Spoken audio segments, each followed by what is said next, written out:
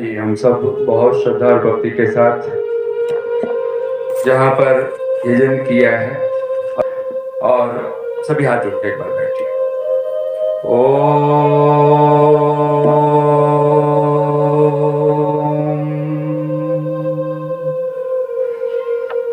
मधुमन्मेनिक्रमणम् मधुमन्मे परायणम् वाचा वदामि मधुमत् भूयासं मधुसन्दृशः।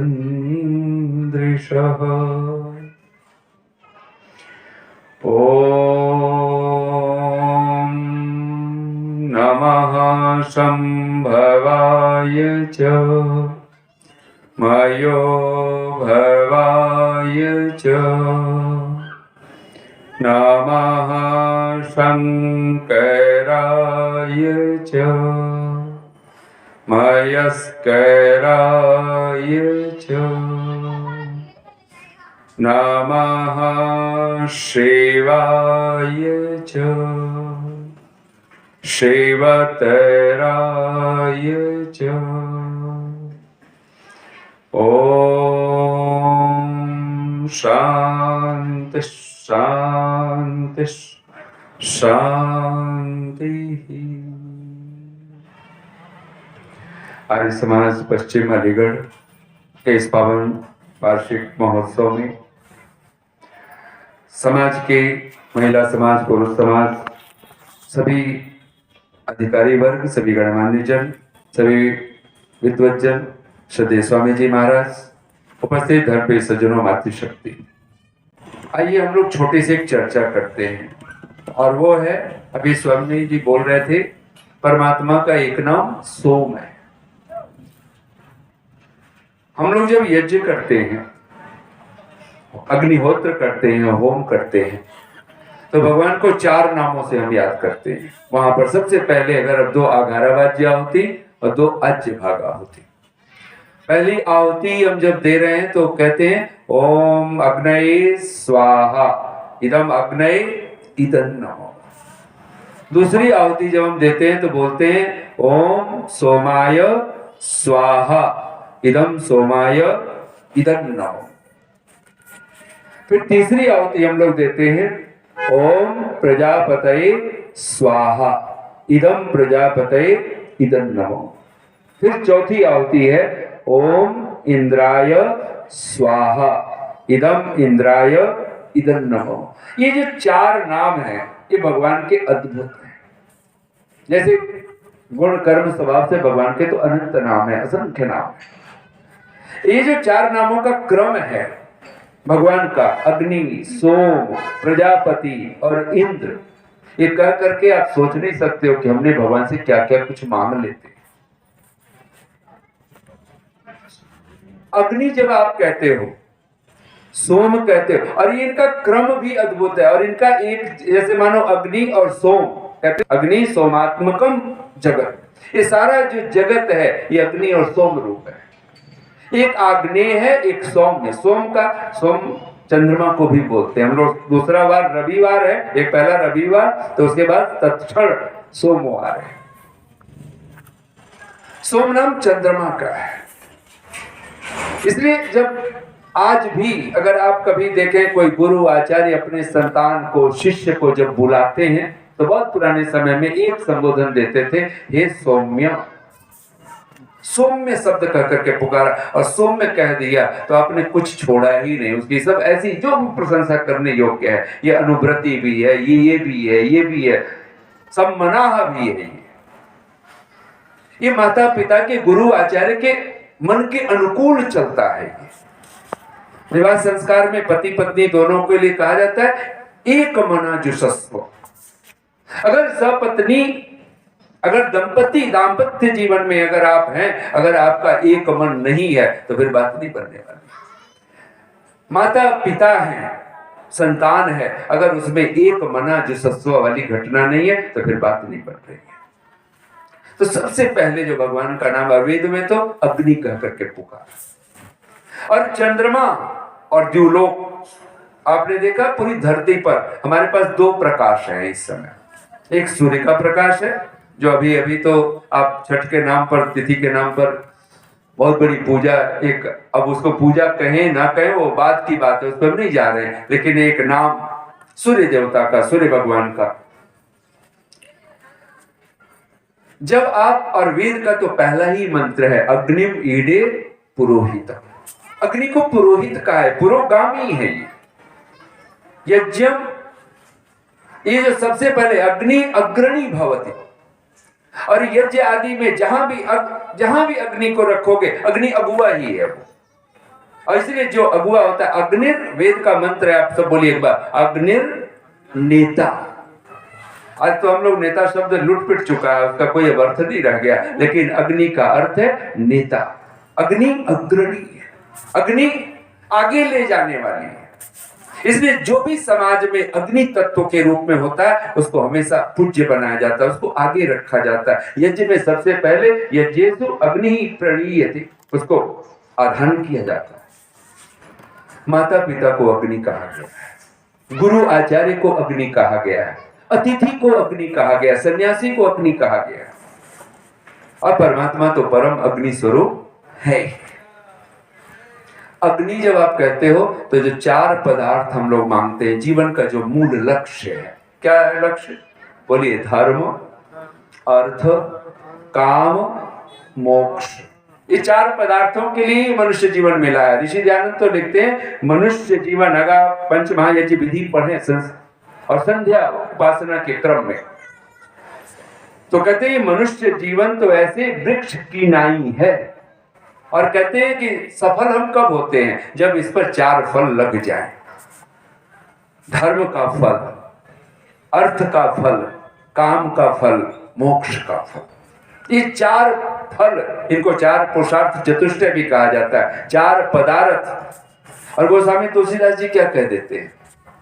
बोलिए एक बार आप सब, चार पदार्थ करतल ताके, करतल कहते हैं हाथों में, हस्तामलकवत। कहते हैं पैसा तभी है जब आपके पास में हो, दूसरे के पास में है तो आपका पैसा नहीं हो। विद्या वही है जो आपके पास हो, स्मृतियों में हो। पुस्तक, जो पुस्तकों में विद्या वो आपकी विद्या नहीं है, आपके हृदय में, कंठ में जो विद्या आके बैठ गई वही आपकी विद्या है। अब एक बार अगर मस्तिष्क में जब आप विचार करते हुए, ये जो धर्म, अर्थ, काम, मोक्ष, अब जैसे ही आपने धर्म की बात की तो धर्म क्या क्या सीधा सा अर्थ है? धर्म का सीधा सा अर्थ है अग्नि। अग्नि में जो धर्म है, अग्नि का क्या है? धर्म आपको सब प्रकार से जो सुख से, शांति से जोड़ देने वाला। तो तुलसीदास जी का शब्द आप देखिए, करतल चारि पदार्थ ताके, किसके? बोलिए, प्रिय, पितु, मातु, प्राण सम जाके। कहते अब क्या अद्भुत शब्द, कहते हैं जो पिता और माता जिनको प्राणों के समान प्रिय हैं, अगर ऐसा कोई परिवार, ऐसी कोई संतान है तो कहते हैं कि फिर करतल चारि पदार्थ। अब ये माता पिता कौन है? जब आप इस विचार पे आएंगे तो ये आपकी खुली आंख है। और ध्यान देना, असली माता पिता तो परमात्मा ही है, ये भूलने की जरूरत नहीं है। जब ये भूलेंगे तब वही गड़बड़ होता है। आपको गुरु भी आपको चाहिए, और जो साक्षात गुरु है आप उसकी अवहेलना नहीं कर सकते। अगर इसकी गुरु की अवहेलना करेंगे, उस गुरु की तो बात ही छोड़ दीजिए। फिर अगर आप अग्नि वायु आदित्य अंगिरा का हम नाम लेते हैं, हमने कब अग्नि वायु आदित्य की हम कोई प्रशंसा कर पाते हैं? आज तक हमने कोई अग्नि वायु आदित्य की कोई चर्चा की है? बस नाम आपने पत्रक में भी हमने छाप रखा है, हम छाप ही तो देते हैं, हमने कब श्रद्धा से। और ऋषि कहता है जब तक आप, इसलिए सारे वेद मंत्रों में आप ऋषियों के नाम पाएंगे, हर उस दृष्टा ऋषि का एक नाम होता है। धर्म जब आपके जीवन में आता है, ध्यान देना, अग्नि जब तत्व आपके जीवन का प्रदीप्त होता है और वह अग्नि परमात्मा अग्नि तक पहुंचे, वो तो बहुत बड़ी बात है। इसलिए ऋषि कहता है करतल चारि पदार्थ। और ये गोस्वामी तुलसीदास जी तो लिख रहे हैं, और यहाँ पर ऋषियों की भी भाषा में देखें तो आप हैरान हो जाएंगे। धर्म जो सीधा सागरम धर्म चाहते हैं तो अग्नि की पूजा करना शुरू कीजिए। और अग्नि मेढ़े पुरोहित, वो परम अग्नि स्वरूप कौन है? वो ब्रह्म अग्नि, परमात्मा। इसलिए ब्रह्म यज्ञ कभी नहीं छोड़ना है। और जैसे ही आप उस धर्म आपके जीवन में आता है तो दूसरा शब्द क्या है? अर्थ। अर्थ आपको कैसे बनाता है? एक शब्द है नीरस और एक शब्द है सरस। सौम्य जब आप कहते हो ना, तो सौम्य का अर्थ होता है, अब जैसे एक व्यक्ति है आवेश में हो, जैसे हमारे एक स्वामी आजकल वेश नाम आपने तो कहते हैं ना, अरे इनके ऊपर जैसे सूर्य की तरह, सूर्य और पिता माता में कम एक तुलना, एक उपमा दी जाती है कि पिता तो मानो सूर्य की तरह है और माँ को धरती भी कहते हैं, लेकिन अगर सौम्यता में देखें तो उसको चंद्रमा की तरह है। एक बहुत बड़े एक संतों को हम लोग सुनते थे, वो कहते थे कि 3 माताएं हर एक को मिल जानी चाहिए। बचपन में माँ मिल गई तो बचपन संवर गया, सुधर गया, और वो भी विदुषी हो, धार्मिक हो। और बोले कि जवानी में दूसरी माँ मिल जानी चाहिए, और दूसरी माँ का नाम है महात्मा। कोई महात्मा मिल जाए, बचपन में माँ मिल जाए, क्योंकि अनाथ क्या होता है, माता पिता का न होना क्या होता है, किसी अनाथ से पूछें। बचपन में माँ मिल जाए तो बचपन संवर जाता है, सुधर जाता है। जवानी में दूसरी माँ, कोई महात्मा मिल जाए, कोई आचार्य मिल जाए, जिसके लिए ऋषि लिखता है मातृमान पितृमान आचार्यवान पुरुषो वेद। ऋषि दयानंद ने गुरु बनाया, उससे हमारा उद्धार नहीं। ऋषि दयानंद दूसरा समुल्लास लिखते हैं और ऋषि के शब्द हैं, आप सब एक बार बोलिए, वस्तुतः जब 3 उत्तम शिक्षक, 3 शब्द लिखा है उन्होंने, आपको छोड़ा नहीं है कि आप माता पिता को ही मान करके बैठ जाओ बस। 3 उत्तम शिक्षक, एक माता, बोलिए एक माता, दूसरा पिता और तीसरा आचार्य होवे तभी मनुष्य ज्ञानवान होता है। अब गुरुकुलों में सभी पढ़ करके नहीं आ रहे हैं, आपको चाहिए। और 8 वर्ष के बाद में तो कहीं बालक आचार्य के पास पहुंचना था ना, आज वो दशा नहीं है। हम कहीं न कहीं किसी अपने जीवन में एक साधु, एक संत, एक महात्मा, उस परमात्मा का कोई प्रिय, उसको पकड़िए। हम लोग कहा करते हैं 2 पंक्तियों में, भगवान मुझे वो दिल दे कि जिसमें प्यार तेरा हो। भगवान मुझे वो दिल दे, अभी आप सुन रहे थे ना, सोमरारंधिनो हृदय। ये जो अग्नि तत्व, जब आप अग्नि को और अग्नि में आप पहला अग्नि कौन है? परमात्मा, ब्रह्म अग्नि। दूसरा अग्नि कौन है? ये अग्निहोत्र वाली अग्नि। तीसरी अग्नि कौन है? माता पिता, पितृ यज्ञ वाली अग्नि, माता पिता गुरु आचार्य सब अग्नि तत्व है।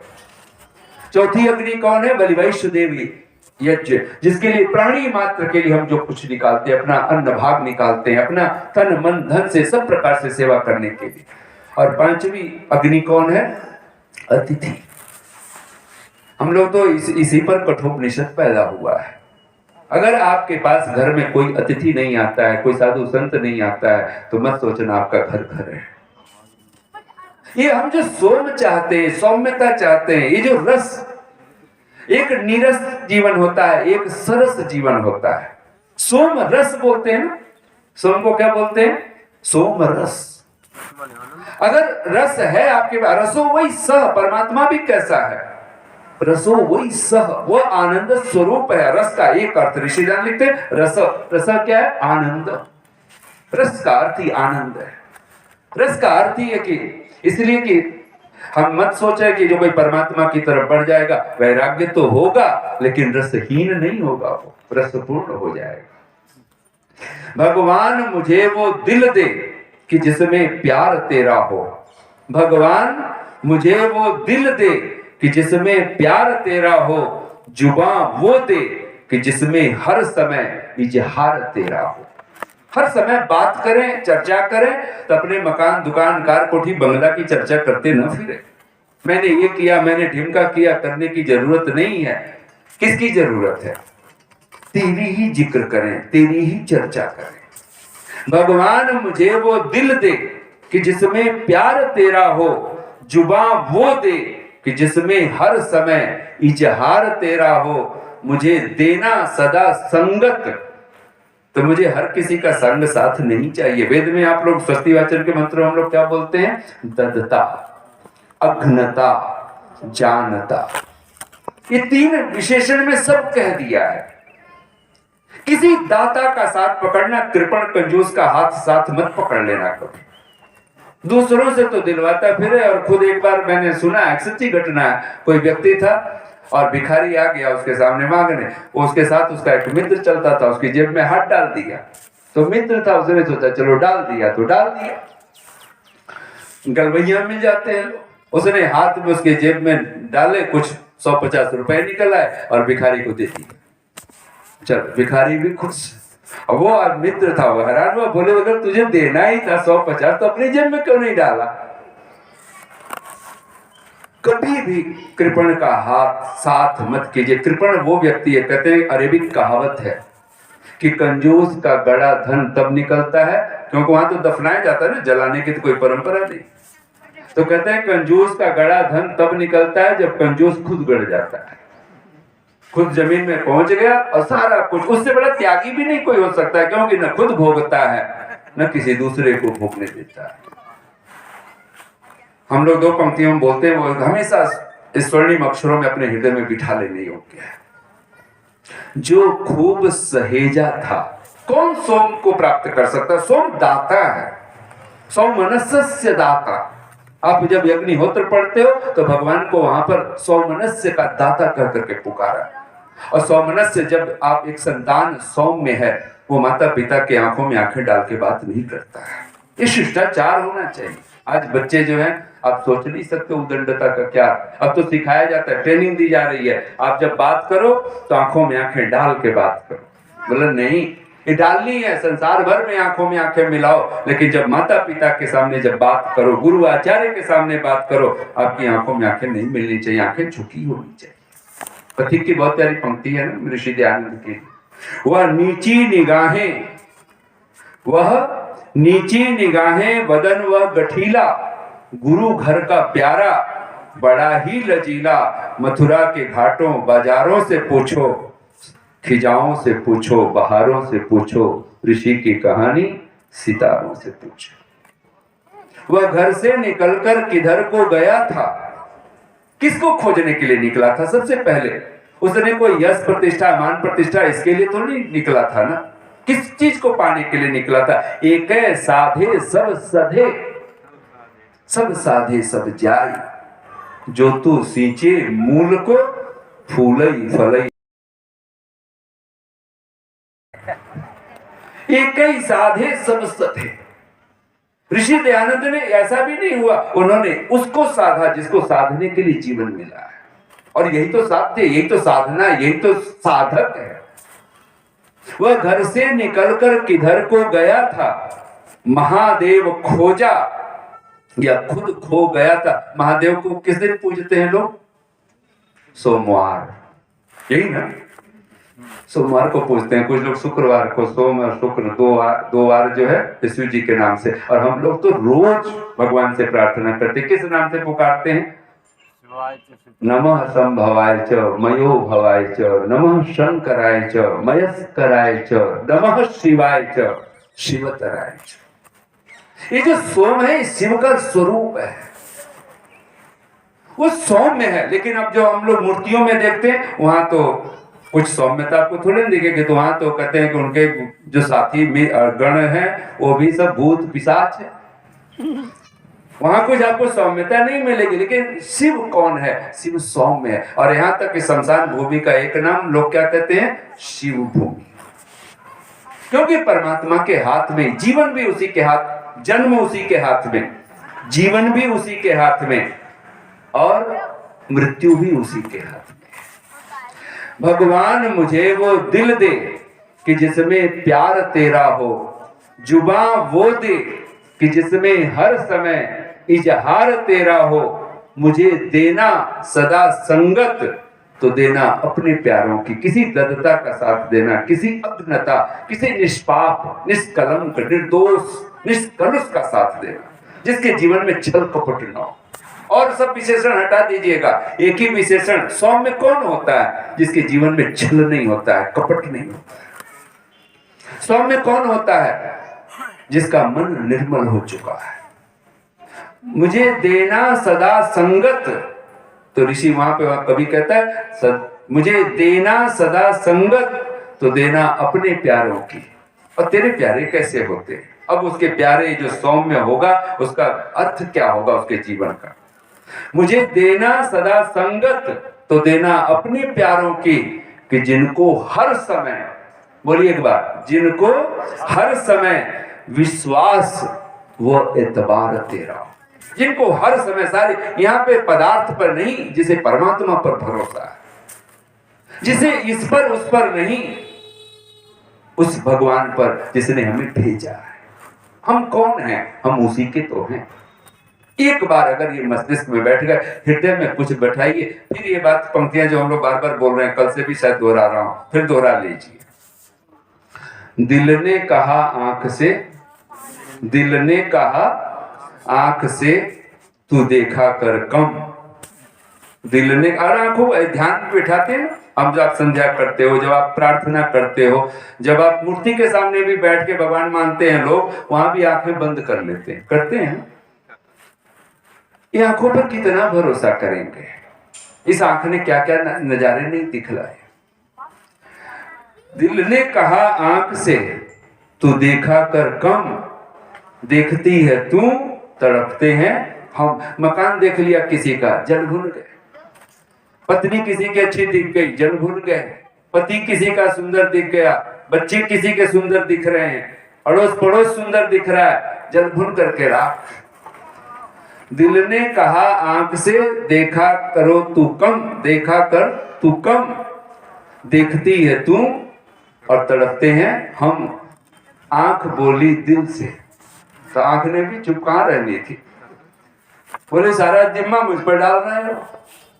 आंख बोली दिल से, सोचा करो कम, मुझे तो कह दिया देखा करो कम। आंख बोली दिल से, सोचा करो कम, सोचते हो तुम और रोते हैं हम। हमें फुर्सत नहीं मिलती आंसू बहाने से, हमें फुर्सत नहीं मिलती आंसू बहाने से। गम पास आ बैठे, तेरे से दूर जाने। सोमरारंधी नो हृदय हुआ, तभी तो हुआ है ना, हृदय में कुछ और बिठा रखा है। और एक बार अगर भीतर अगर आपने सोम को बिठा लिया, तो दुखों के बीच में भी राम जैसी मुस्कुराहट होगी। मुझे नहीं, हमने राम को तो नहीं देखा ना, लेकिन रामायण वाले राम को देखा है, सबने देखा है।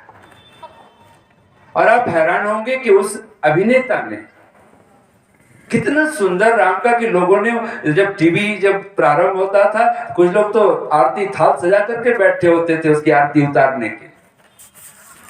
और एक बार तो उनका कोई इंटरव्यू था अरुण गोविल का, और बोला उसने कि किसी ने मेरी मुस्कान को पहचान लिया, बोले कि इसका कहीं उपयोग करना। और बोला कि जब रामायण का सीरियल आया तो मेरी मुस्कान के ही हुआ, और वो मुस्कान ऐसी, कहते हैं ना, तेरा यशोगान कहीं दंभ का दर्पण तो नहीं, तेरा यशोगान कहीं दंभ का दर्पण तो नहीं, तेरी मुस्कान के पीछे कोई उलझन तो नहीं। ऐ रावण का पुतला जलाने वाले, देख तेरी डोली में किसी गैर की दुल्हन तो नहीं। हम लोग तो उस माहौल में, उस मानसिकता में जिए जा रहे हैं। धर्म आपके जीवन में होगा, तो ध्यान देना, वो अग्नि तत्व आपके पास है। अगर अग्नि है तो आप धर्म से रहित नहीं हो सकते। आग बुझ गई है, राख बन चुका है, अधर्म। राख है आपके पास बची है, तो फिर अधर्म, काले कलूटे हुए पड़े हैं, अधर्म। अग्नि जल रही है, प्रकाश है, आप प्रकाश में ही तो धर्म होगा ना, अंधेरे में कहां धर्म। एक अर्थ निकालिए, और अग्नि मेड़े पुरोहित, पुरोहितम पुरः स्थितम पुरोहितम, जो सदा ही समक्ष है, समवर्तत अग्रे, जो हमारे सदा ही समक्ष है, जिससे हम कभी दूर नहीं हो सकते। और जैसे ही आपने अग्नि तत्व को प्राप्त किया, आपके जीवन में सोम आता है, और सोम अर्थ बन करके आता है, आपके जीवन को सार्थक कर देता है। जब आपके जीवन में सोम, इसलिए शरीर में जो हमारा वीर्य है उसको सोम कह करके पुकारा गया है। बहुत सारे विद्वानों ने उसको कहते हैं कि जितना आप ब्रह्मचर्य का, अपनी इंद्रियों का, उपस्थ इंद्रिय का संयम करते हैं, आप उतनी मात्रा में आप तेजस्वी होते जाएंगे, आप रसपूर्ण होते चले जाएंगे। तो इसको भी सोम कहा गया। जो भी सार है, ध्यान देना, सोम का एक सीधा सा अर्थ कीजिए। हमारे शरीर में सप्त धातुएं हैं, सप्त धातु में जो अंतिम धातु है उसी का नाम वीर्य है। और आप जान के हैरान होंगे, भगवान पतंजलि के जब सूत्रों पर भगवान वेद व्यास जब भाष्य कर रहे हैं, तो कल हमने शब्द बोले थे, अवर बोलिए, वर श्रद्धा, वीर्य, स्मृति, समाधि, प्रज्ञा। सोम का एक अर्थ वीर्य है। वीर्य का अर्थ मतलब सार। और उस सार में क्या कह रहे हैं? श्रद्धा अगर आपके पास है तो श्रद्धा क्या करेगी? कहते हैं श्रद्धा वीर्यम। अवीर्यम का अर्थ करते हैं भगवान वेद व्यास ऋषि, और वो कहते हैं, आप बोलिए एक बार, वीर्यम उत्साह। अगर आपके पास सोम है, वीर्य है, पराक्रम है, आप उल्लास में रहेंगे। धृति उत्साह समन्वित, भगवान कृष्ण भगवत गीता में कहते हैं उसका उत्साह कम नहीं पड़ेगा। अब मैं बलिहारी जाएं हम लोग ऋषि के ऊपर, कि ऋषि कहता है सत्यार्थ प्रकाश के हर अध्याय का नाम ही दिया है समुल्लास। ये वीर्य है, ये सोम है। अगर आपके पास सत्य है, सत्य ऐसे ही है जैसे धर्म, सत्य ऐसे ही है जैसे अग्नि, और सत्य अग्नि है। व्रतपते अग्ने व्रतपते व्रतम चरिष्यामि तच्छकेयम तन्मे राध्यताम इदम अहम अनृतात् सत्यम उपैमि। जब आप अमृत से सत्य की तरफ आप बढ़ते हो, और ये सत्य अग्नि है, प्रकाश है। सत्य के पास अंधेरा नहीं होता है। इसलिए असतो मां सद्गमय। और जैसे ही आपने कहा तो इसका अर्थ क्या हुआ? तो ऋषि दूसरी बात में कह देता है, भगवान मुझे असत्य से सत्य की तरफ ले चल। इसका मतलब तमसोमा ज्योतिर्गमय। असत्य अंधकार है, तमस है, सत्य प्रकाश है। और जहां प्रकाश है, कहते हैं वहां जो आभा, एक प्रकाश तो सूरज का है और दूसरा प्रकाश चंद्रमा का है। एक में तेज है, एक में ओज है, और ये चाहिए, दोनों चाहिए।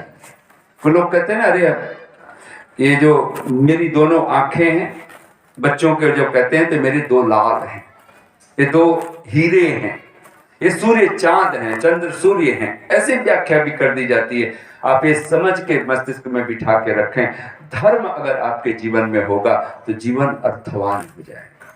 इसलिए धर्म, अर्थ, तो वहां सोम चाहिए, यानी परमात्मा की भक्ति, परमात्मा का आवाहन। और जितनी सौम्यता आप बना करके, आजकल तो सिखाया जा रहा है ना, ट्रेनिंग दी जाती है। एयर होस्टेस की कोई जॉब करे तो उसमें आपको चाहे हंसी आए ना आए, आपको मुस्कुराते हुए रहना है, क्योंकि वो जॉब ही ऐसी है। अगर आप उसमें, आपको कोई वेटर है, उसको भी आपको बड़े वेलकम भाव से करना है। पुराने जमाने में जो फिल्म आपके जोकर का काम करते थे स्वांग आदि में, तो जोकर का भी वही काम है, आपको हंसाए। तो एक दिन पत्नी अपने पति से कहती है, सुनो जी, दुनिया बदल चुकी है और आप अभी भी भोले के भोले बने। आपको पता नहीं, आप बड़े भोले हो, आपको कोई भी ठग लेता है, आप बड़े सीधे साधे हो। पति सुनता रहा और पत्नी सोच रही है आज मैं कुछ अपना काम निकलवा ही लूंगी, और पति जो है प्रशंसा कर ही रही हूँ। उसने कहा कि फिर मैं आपसे बार बार कहना चाहती हूँ, आप बहुत भोले हो, बड़े सरल हो, बड़े सीधे हो, आपको कुछ देश दुनिया का नहीं पता है, दुनियादारी नहीं पता, आपको कोई भी ठग लेता है। अंत में जब पत्नी चुप हुई, उसने कहा भगवान शुरुआत किसने की थी? तेरे पिता ने। मुझे पता है मैं भोला हूं। जीवन अगर आप सरस चाहते हो, पहली बात उंगलियां दूसरों पे उठाना छोड़ना पड़ेगा।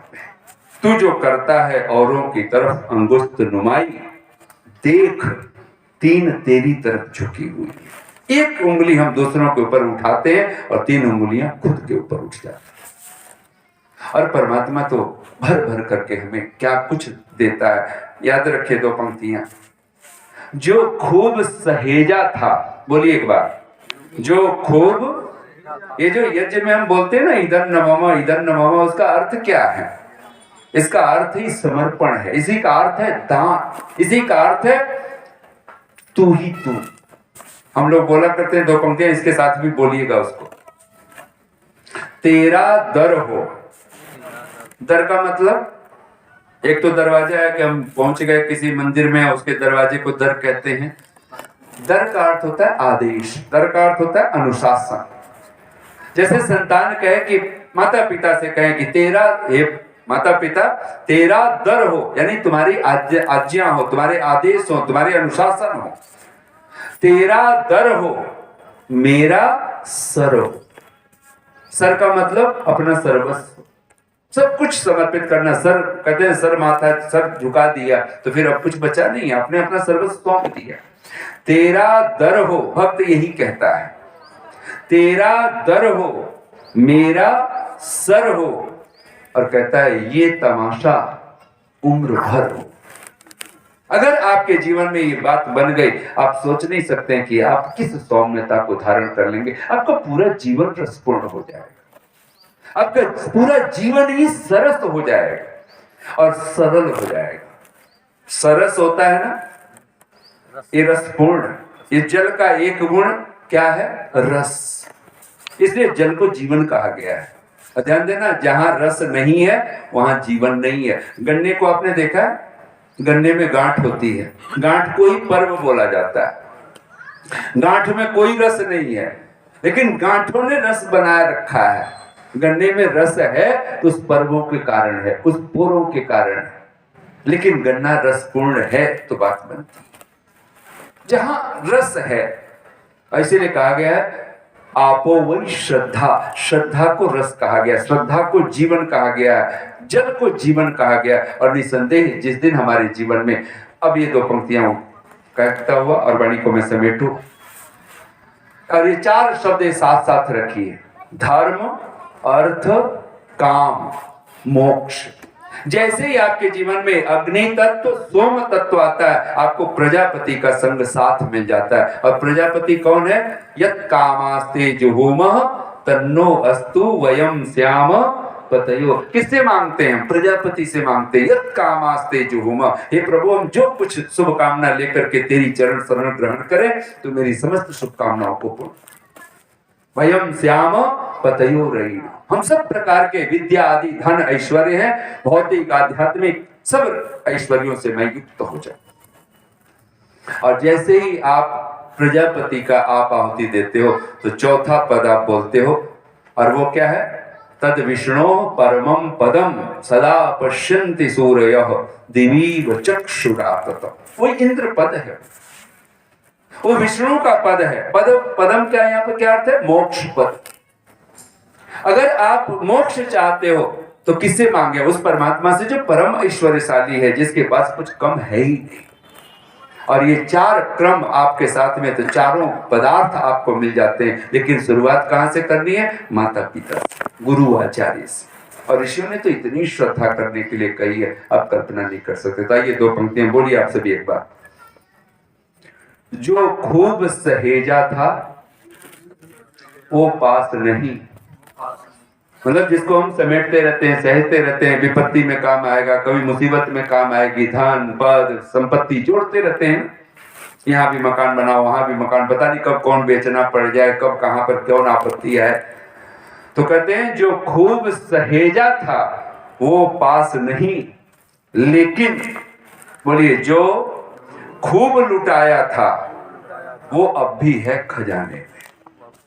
जो खूब सहेजा था वो पास नहीं, लेकिन जो खूब लुटाया था वो अब भी है खजाने में। जो भी चाहते हो पाना उसको लुटाइए, बांटिए। धन चाहते हो धन बांटना पड़ेगा, प्रेम चाहते हो प्रेम बांटना पड़ेगा, सुख चाहते हो आपको सुख बांटना पड़ेगा, शांति चाहते हो आपको शांति बांटनी पड़ेगी। इतनी शांति और प्रेम से आप सबने सुना। बहुत बहुत साधुवाद, बहुत बहुत धन्यवाद। ओम शम।